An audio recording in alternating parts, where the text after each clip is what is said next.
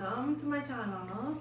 Today we are going to just read a little, not a lot. It's not necessarily a reading vlog, but I'm actually filming this at the end of filming the vlog, so I know how it ended up. And I actually almost cancelled this vlog, which might not be very enticing to say in an introduction, but I will kind of get into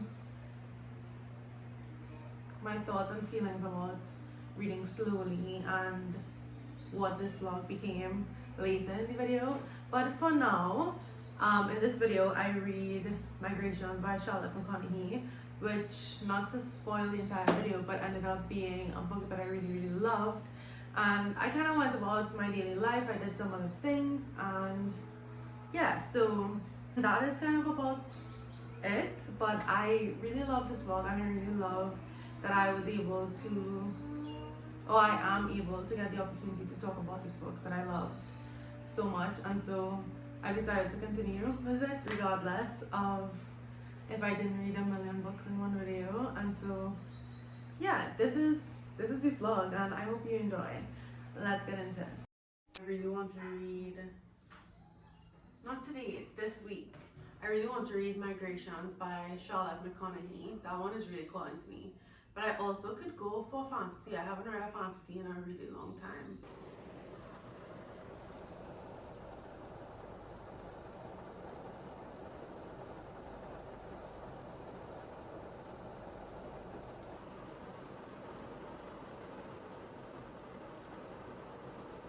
Okay, hello.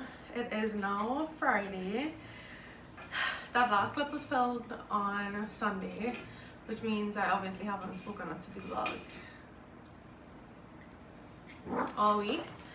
But I mean, I work 7 to 5 every day, and my commute is kind of crazy. So generally I don't have a lot of time during the work week to, okay, if you hear barking, not if, when you hear barking, it is my crazy child.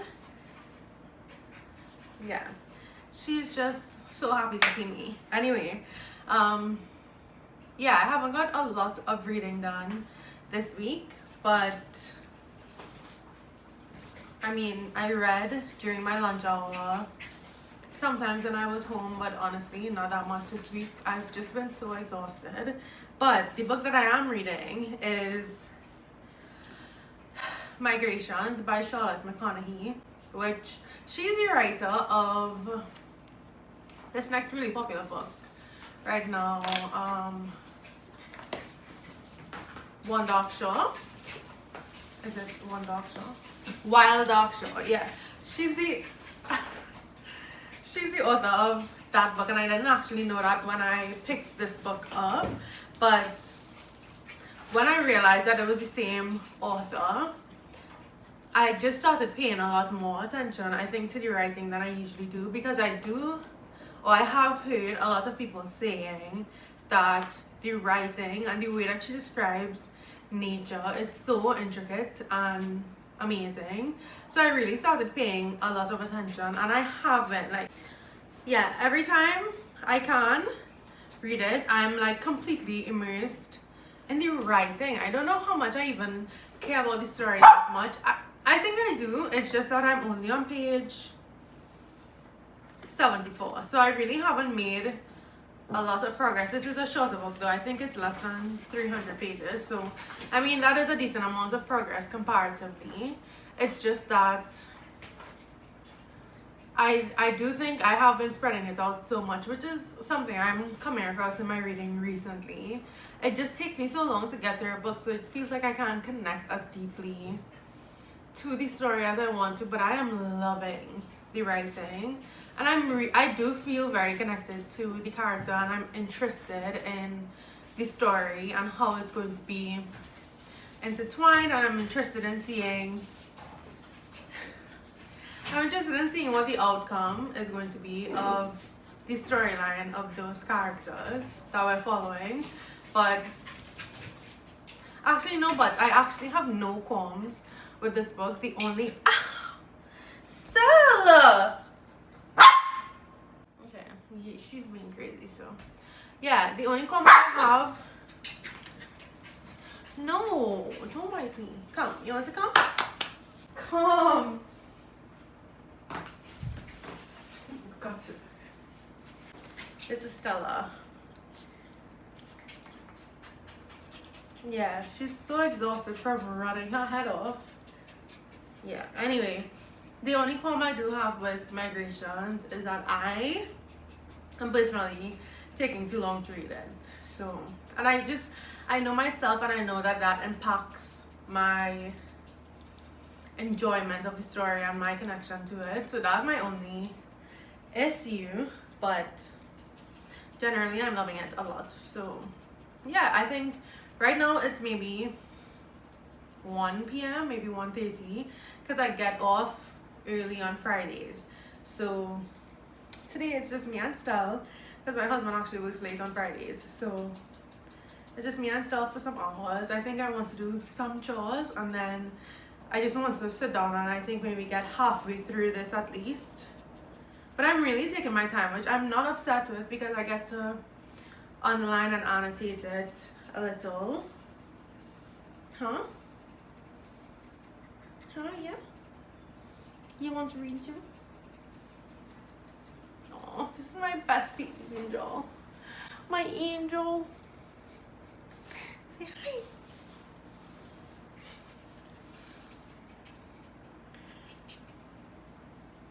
Yeah, so that is my update on migrations. We're just gonna get a little more comfy and read some more for the rest of today, and then it's actually a long weekend, so we definitely should be getting this book done this weekend, and then I can give you my thoughts and my feelings, etc. She's so cute. Let's go, chunks. Let's go. Stella.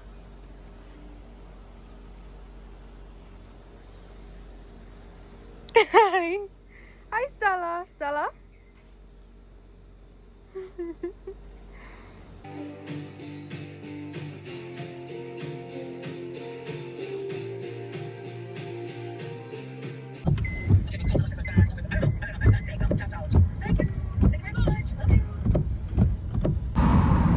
Yeah, so yesterday I was reminiscing on when I watched it last year, and I just binged it, and I just thought it was so good, and I was like, I need to stop, because I want my husband, who was not my husband at the time, my now husband, I wanted him to watch it with me, because we watch all of our shows together, but he didn't want to watch it. I offered it, and then he didn't want to watch it, so I watched it by myself, and I was like, wow, this was so good, this was better than the So Mighty and Pretty. And then now that we're watching the So Mighty and Pretty season, it really is like, there's just something about it, and I think it's because of all of the different family dynamics. So you don't really just get this love triangle with this messy girl. I also think the main female character in the show is better, because yeah, an actual character. Yeah, she has depth, and she has like a story to her, and I also don't feel like she's playing with the brothers. It just feels like she's handling the situation with a lot more tact and like care for the brothers, which is crazy, because she hasn't known them even like 1/10 as long as Belly has known Conrad and Jeremiah, and she's just playing them like they're little toys in her chest. But this one, she actually cares what the brothers feel about each other, and she cares about the entire family. So it is, I think, a great love triangle, where I really don't know which one she will end up choosing, which is always interesting. And I just love learning more about the family and seeing them go through all their individual struggles, even though a lot of characters get kind of thrown to the side because there are just so many of them to keep up with. Yeah, but I'm loving it. We watched we watched 6 episodes last night in a row. We Netflix just sat down. Yeah, literally Netflix asked us if we're still watching, which I can't remember the last time I saw that. I didn't know that was still a thing. So that goes to show we are just eating it up, and as soon as we get a chance, we're gonna finish it later today or maybe tomorrow. But yeah, what are your thoughts? Oh, You were talking, so you can't be talking in the background of my video and not want to say anything. You look at his shades. Okay. This is him while he's driving, mind you.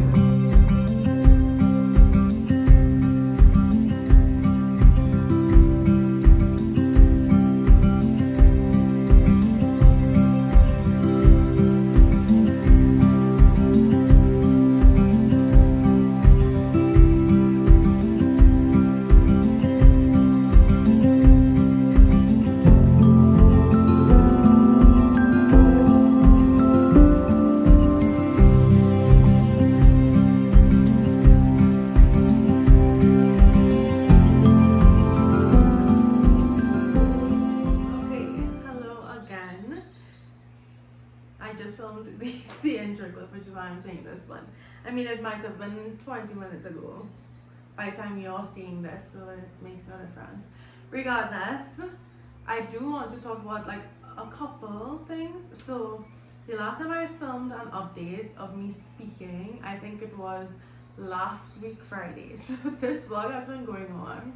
This is the third Sunday. I started it on a Sunday, and there was a Sunday between, and this is the third Sunday. So exactly 2 weeks of this vlog. But I ended up reading a really good book this week, or I guess these past 2 weeks, and it's a book that I've had on my radar for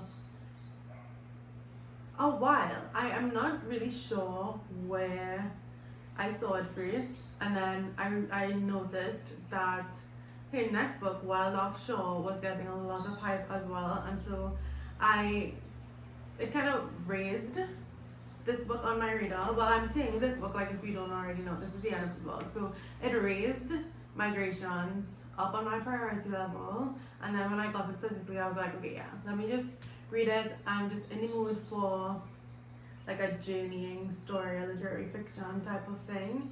That is exactly what I got and more.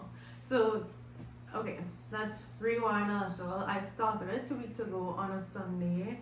No, I don't think I started it on a Sunday. I think I started it sometime during the week. And so I guess I read this in a little less than 2 weeks.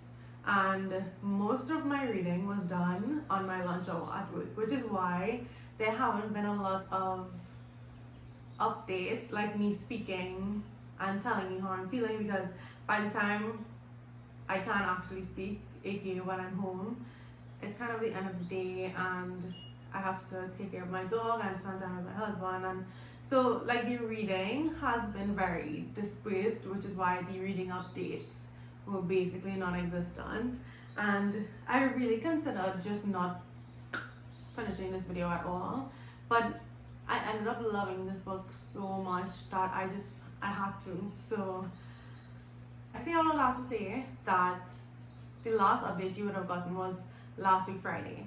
Now it is the following Sunday. So I think today is the 7th. Today is the 7th of September, and I finished it on Friday, which was the 5th. And I finished it. I usually finish work on Friday at 11, which I think I said earlier in this vlog. And this Friday we actually went to a football game, which was really fun.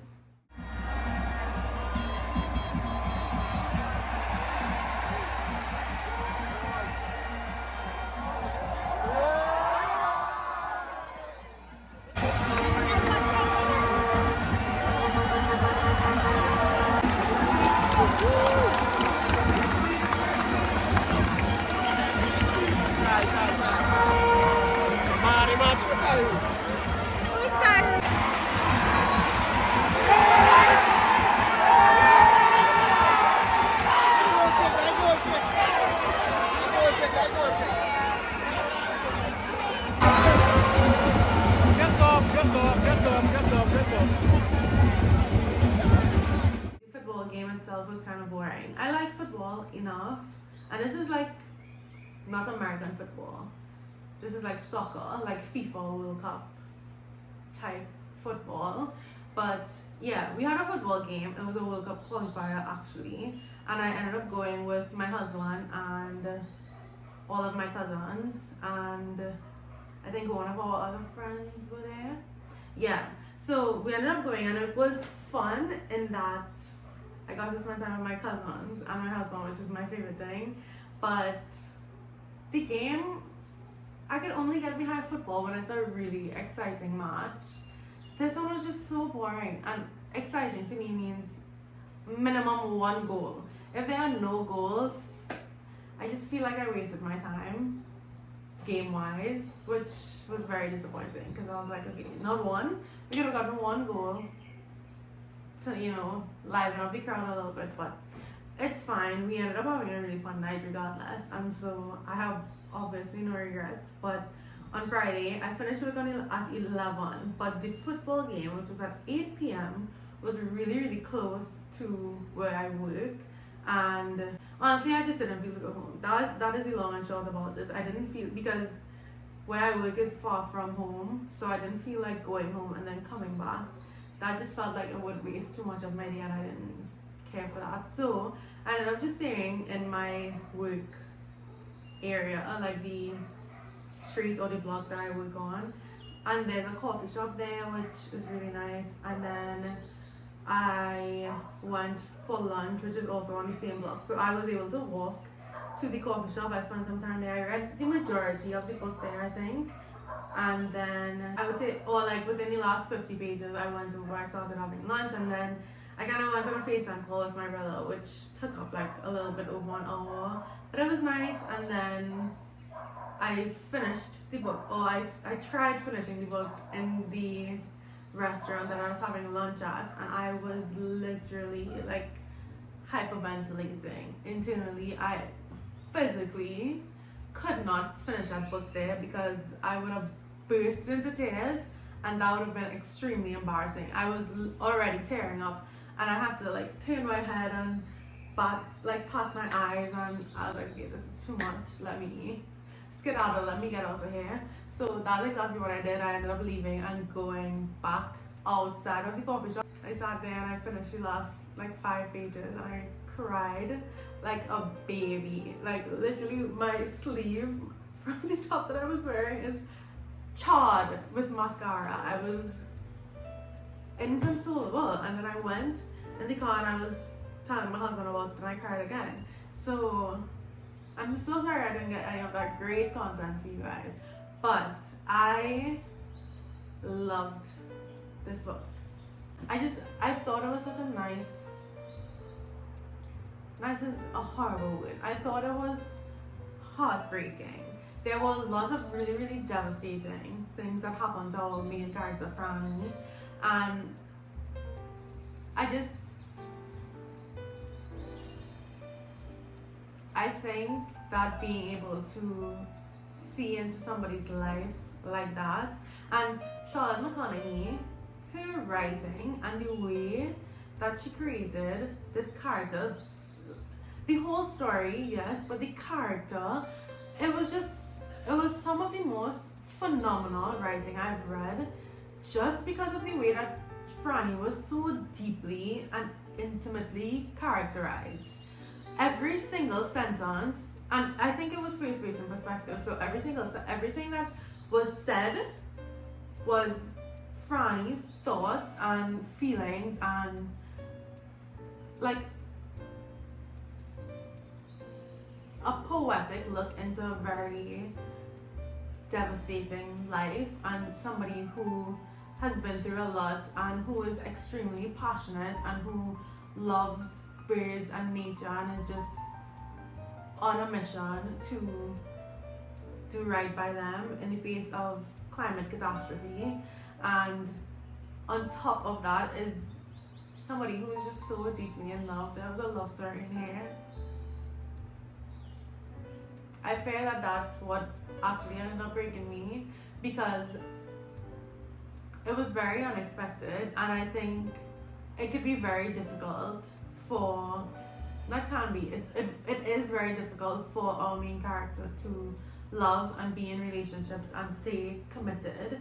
And so seeing her struggle with that and showing how love has different faces and different ways that it can manifest.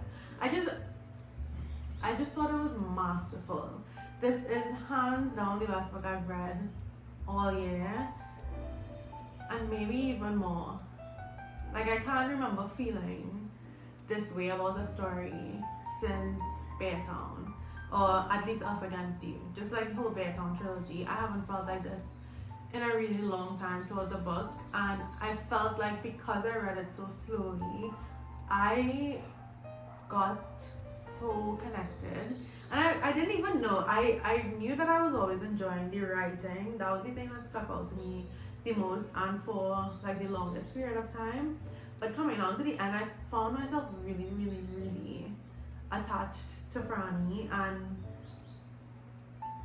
I feel like I loved her. Like, if she was my friend, and like I just wanted to give her a hug and tell her that everything is literally going to be okay, even though everything literally wasn't, and she just had it so hard.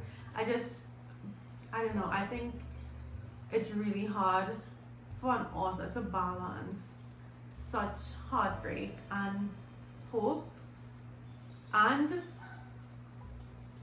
like social commentary and political commentary at the same time, which she absolutely did. This is set in a world where there are literally no wild animals. They are all extinct, completely wiped from the face of the earth, minus maybe a handful of them who were saved and are in sanctuaries and whatever. But yeah, that is what we're dealing with. There are no fish in the sea, and fishermen have been disbanded.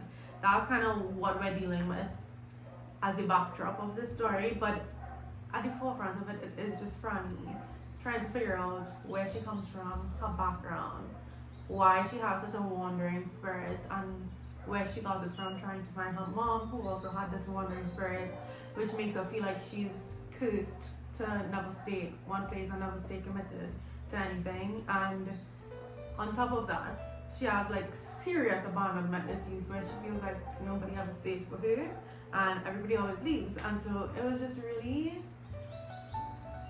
I don't know, just the way the story, and there's also a mystery element of this, because we start to find out at the beginning that she just has a story that needs to be uncovered.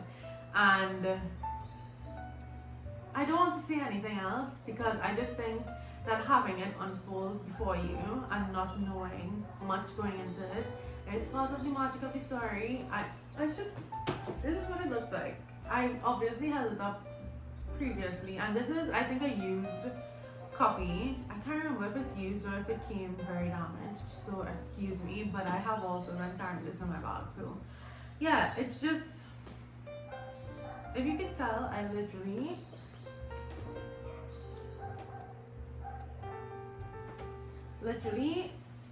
dogged every 3 pages. Okay, since I have it in my hand, let me read. I can't remember what is my favorite quote, but let me see what I find. Okay, yeah, this is kind of a fitting quote because it speaks to Franny's character and her personality. I lie and see and feel more lost than ever because I'm not meant to be homesick. I'm not meant to long for the things I have always been so desperate to leave. It isn't fair to be the kind of creature who is able to love but unable to stay. Okay, and the thing with this book also is I have no idea why it made me so emotional, because I don't feel like I relate to that at all. I think I am a very like, staying has never been an issue. I feel like I'm a very easy to commit type of gal, and so following this story didn't resonate with me, but I felt for her so much.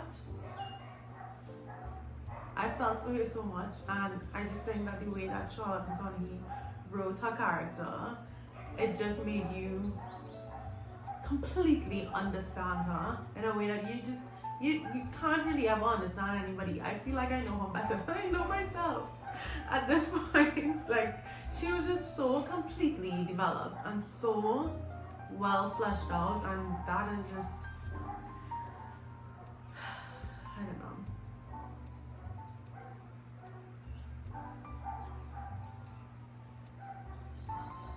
yeah, there are just so many really sweet quotes in here that I just love.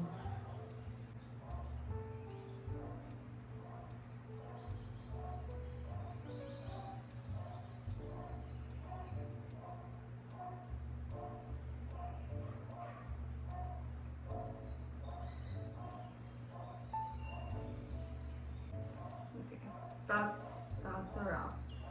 There'll be no more reading. Reading time is over because I literally can't. I literally can't. Anyway, okay. I say all of that to say,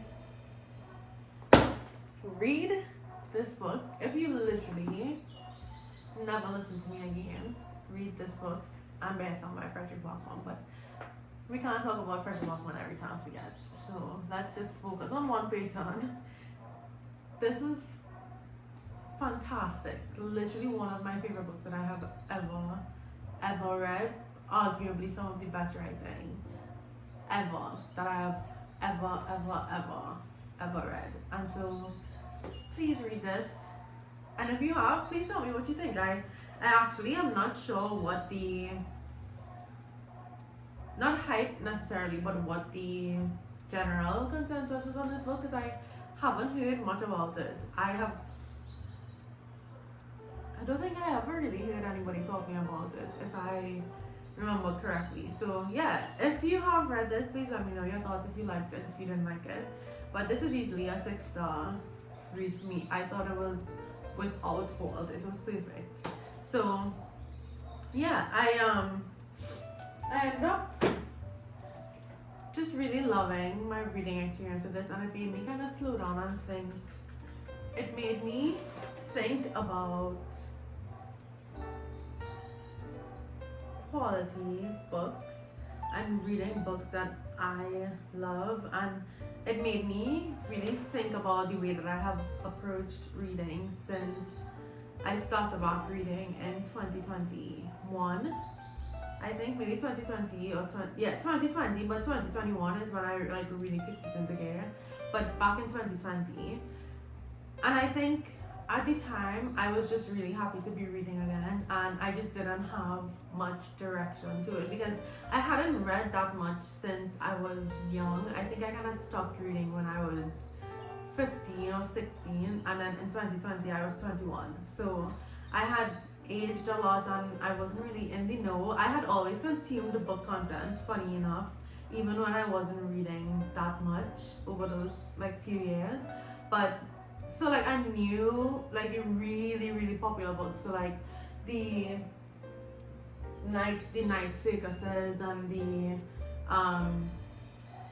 all the light you cannot see and all of those types of books. I knew them and I knew of them, and I had some of them on my bookshelf and I just never read them because I still loved buying books, and just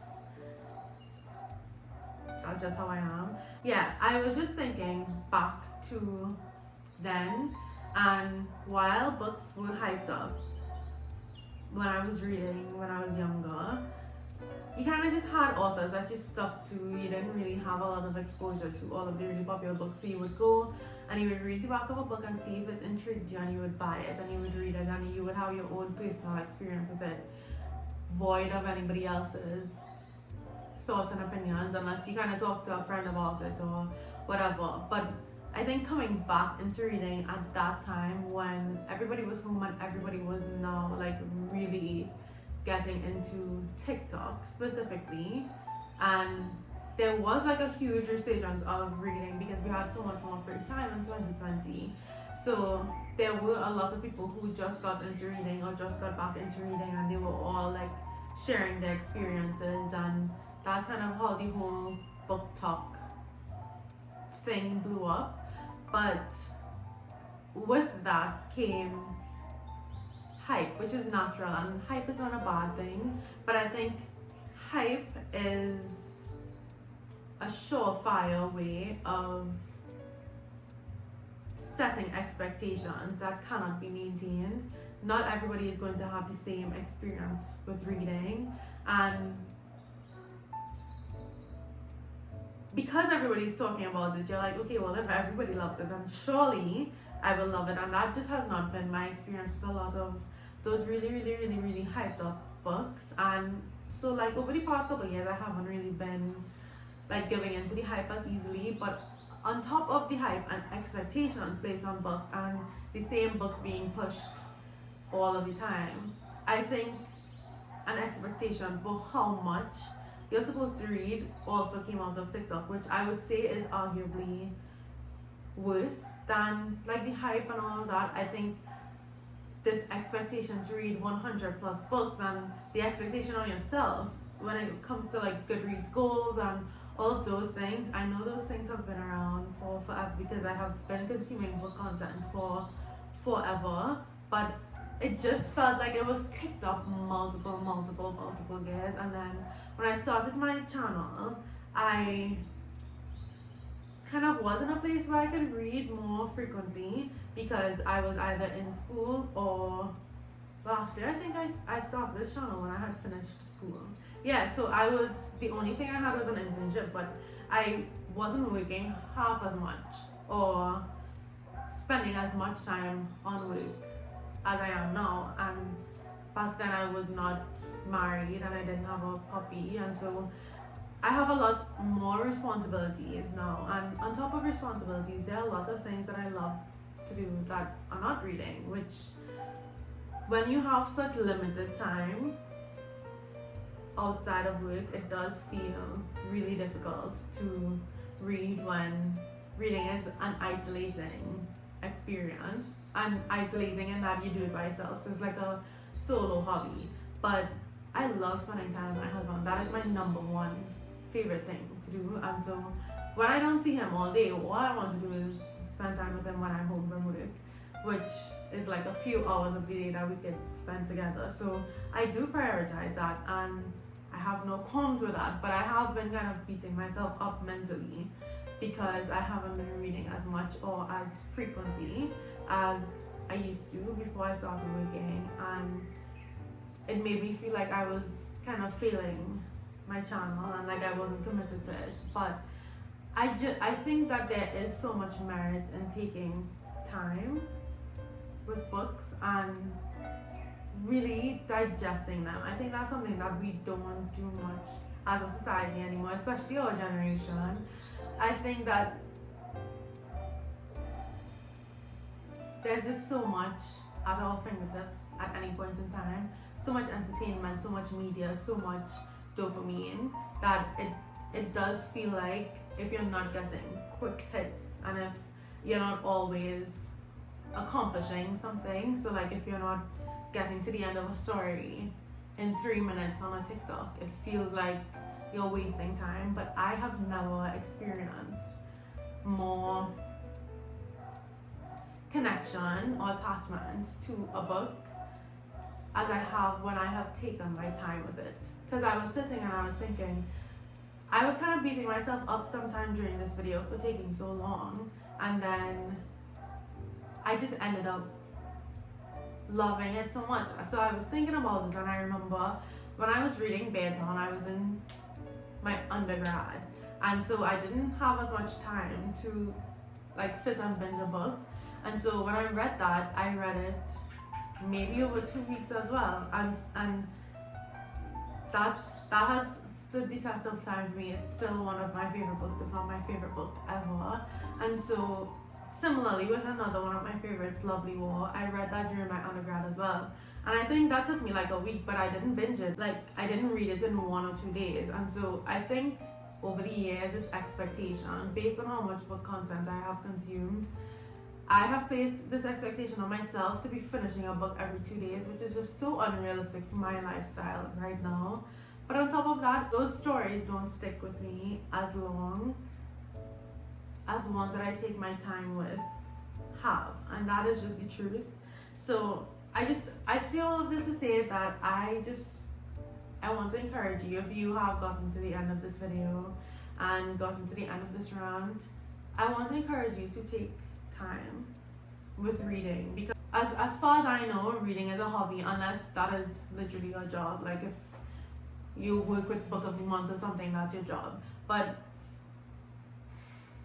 reading is a hobby and it's something that you're doing because you love it. And I just think that placing unrealistic expectations and focusing more on quality over quantity is really, really important, because I don't know, there are just so many masterpieces out there, and I think if we rush it and we are only focused on the super, super popular books, or we're only focused on, just read it to finish it, rather than read it to feel it and ingest it and like really, really get what the author is trying to give to you, I think we would end up feeling a lot more satisfied and fulfilled with our reading in general. And this goes for lots of different things, but I'm talking about reading because, well, this is a book channel. And so that is really all that I wanted to say. I just wanted to say that I just had such an amazing experience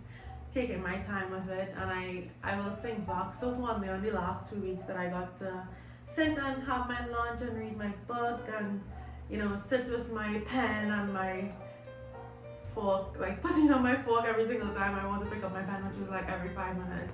It was a really nice experience, and getting to take it slow ended up just being really worthwhile for the impact that it ended up having on me. So that's all I have to say, and that brings us to the end of this video. I won't talk anymore because we kind of pushed it, but thank you for watching, and I will hopefully see you next time.